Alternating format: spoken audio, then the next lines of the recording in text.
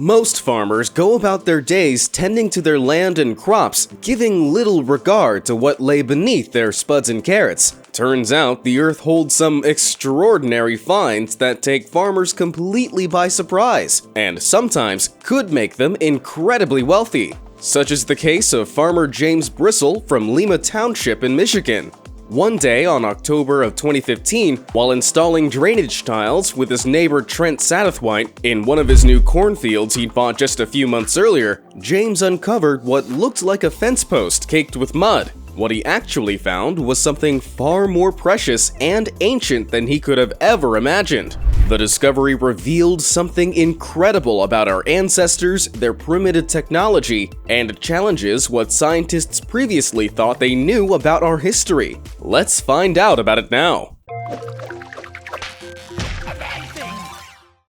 As James kept digging around this mysterious object in the soil, he slowly realized it wasn't a fence post at all. The object in the soil had an unusual shape, resembling something he'd never seen before. As he dug some more, it became clear what he found were bones, but unlike those from any other familiar animal, they were uncharacteristically shaped and abnormally large. Knowing he'd unearthed something special, James contacted Daniel Fisher, director of the Museum of Paleontology at the University of Michigan. He just so happened to be in town, so he made a trip out to the site immediately and inspected the bones. Daniel surmised that what James had found was part of a pelvis from a prehistoric creature. Fearful the find might postpone his drainage project for months on end, James gave Daniel a single day to carry out his work of excavating the bones. The next day, work began, and hundreds of people visited the site, knowing it was a once-in-a-lifetime opportunity for them to see prehistoric bones unearthed. At first, James and his family were overwhelmed, having to accommodate as many as 30 cars in the family driveway at one time, but they knew it was for a good cause. In the end, researchers dug 10 feet down and recovered about 275 bones. They were very impressed by the quality, abundance, and shape of them. They also found 3 large out-of-place boulders, crucial to their later discovery.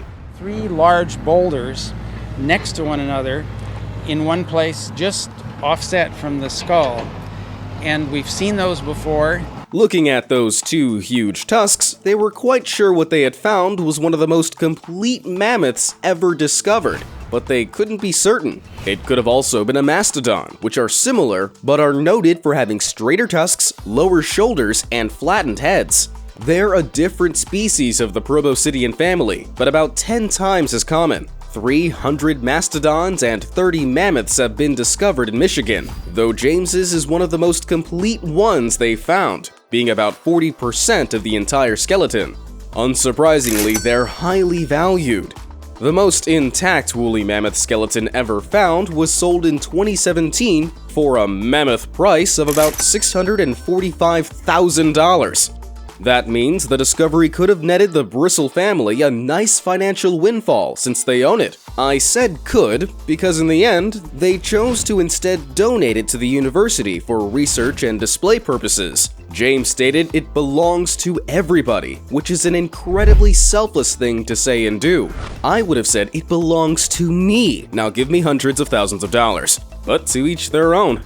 In fact, a lot of people do end up keeping the remains and selling them for millions of dollars, but more on that later. What do you think you would have done if it was you? Let me know in the comments down below. But that's just the start of the story. During the excavations, the paleontologists were confused as to why they were unable to find the limbs and feet of the animal. They found its skull, jaw, tusk, many of its vertebrae, as well as its ribs, pelvis, shoulder blade, and kneecap, but they couldn't find its limbs or feet.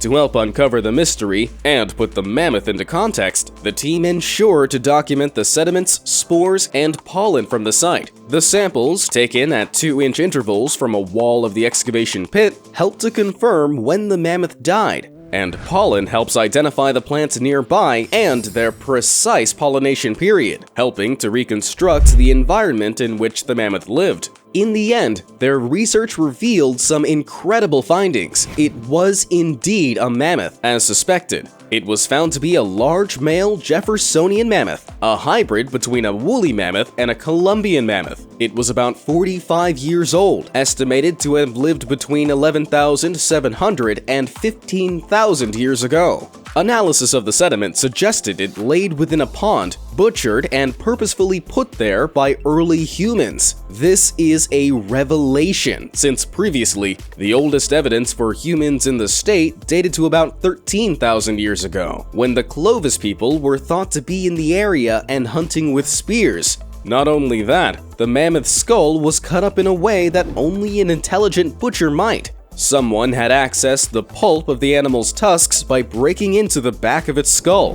The marks on the skull suggested tools were used to do this, as the bone all around it had been broken loose by a series of whacks. Perhaps the limbs of the animal had already been devoured, and the ancient humans brought the rest of the mammoth for storage in a pond with the intent to come back later to retrieve it later when they needed meat. But why would they dump the body into a pond? Surely it would rot? Well, not exactly. What you have to remember is that 15,000 years ago, the area would have been a vast expanse of tundra. This was a period 3,000 years before the end of the Ice Age, after all. The large rocks found beside the mammoth are thought to have anchored the carcass in a cold pond, or, as Daniel suggests, the piles of sand and gravel found around the remains could suggest the mammoth's intestines were loaded to make sure it was firmly secured to the bottom of the pond. The pond ensured other animals would have a hard time scavenging the material, and the bacteria in the pond protects the remains from other harmful bacteria. Fisher was so confident in his hypothesis, he actually put his own health on the line by periodically eating horse meat that had been butchered and sunk into a shallow pond. Tasting it every 2 weeks, it kept in the cool water for 6 months, proving that Pleistocene humans could use water bodies as woolly mammoth refrigerators. All of this builds on the mounting body of research suggesting it was humans who played a role in the mammoth and mastodon extinctions, rather than changes in climatic conditions. When you think about it, it's incredible what we can learn from a load of dirt and bones. But James, who's now aptly renamed his farm to Mammoth Acres, isn't the only farmer who's found amazing things under his crops. Coming up are 2 more incredible stories of farmers who have found lucky discoveries in their fields. First up, a farmer who managed to cash in on their find, despite not doing any work. Maurice Williams, a cattle ranch owner, was approached by paleontologist Pete Larson, who offered him $5,000 to look around his property for a couple of years, and if they found anything, Williams would receive a 10% cut of the profit. Seeing this as essentially free money without having to do anything, Williams agreed. Around a year later, Pete and his crew got a flat tire, which is usually bad news, but in this case, it was a stroke of luck. As the group went into town to repair the truck, Sue Hendrickson, a crew member, decided to explore the nearby cliffs that the group had not checked. There, she found bones dripping out of the side of the cliff. It turned out to be the most complete T-Rex ever found, with around 90% of her original bones still intact. The skeleton contained amazing details that have been preserved, like broken ribs that had healed, and holes in her lower jaw, which Pete thinks were from the teeth of another T-Rex. After 3 weeks of digging, cleaning, and preparing, Pete and his team had uncovered an impeccable 13-foot-tall, 40-foot-long Tyrannosaurus Rex. Pete named it Sue after the woman who had discovered it, and planned on using it to start a museum where people could view the T-Rex and learn about the past. But that's where the good news ends. Unfortunately, Pete's house was raided by the FBI, who spirited the dinosaur away. The rancher claimed he allowed Pete to dig up the bones, but not sell them, which led to an intense custody battle to find out who really owned Sue. Despite all his work, Pete lost, and the rancher decided to put Sue up for auction to anyone who wanted it, from museums to casinos, and even private individuals who wanted it as an ornament in their living room. Eventually, Sotheby's sold it for $8.3 million to the Field Museum of Natural History in Chicago, Illinois, for everyone to see. Unsurprisingly, it led to increased enthusiasm for dinosaur bone prospecting in South Dakota, Wyoming, and Montana. the only places T-Rex bones are found. In fact, only 50 T-Rex specimens exist, and 10 were found by Pete. T-Rex bones are the most valuable dinosaur bones that can be found, and have gone from scientific artifact to cash crop.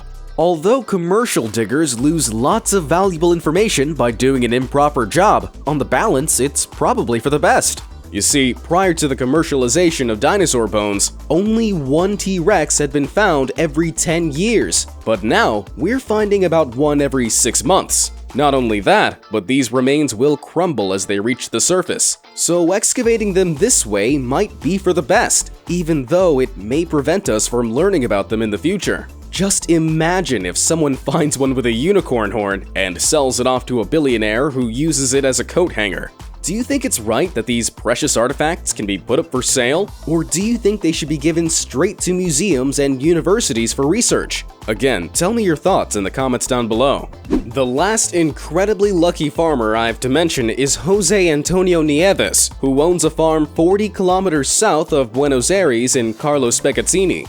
On Christmas Day of 2015, he found something much better than a present under the tree while strolling along his grounds. The bizarrely spherical object was found inside a riverbank, deeply entrenched in the mud. Do you think you can tell what it is by looking at it? Jose's wife, Rena Coronel, said that at first, her husband believed the black scaly shell was a dinosaur egg. Jose immediately began excavating the strange discovery, using his bare hands to reveal what was hidden. But when police first showed up, they were as stumped as Jose. They knew it was something out of the ordinary, so they brought in paleontologists. As it turns out, the fossil was in fact the shell of an ancient glyptodon, which are prehistoric relatives of armadillos. This was confirmed by paleontologist Alejandro Cremars of the Bernardino Rivadavia Natural Sciences Museum. The species dominated South and Central America up until a couple thousand years ago. While the shells were mainly used for protection, the tails were used in intraspecies fighting, much like male-to-male competitions among deer using their antlers.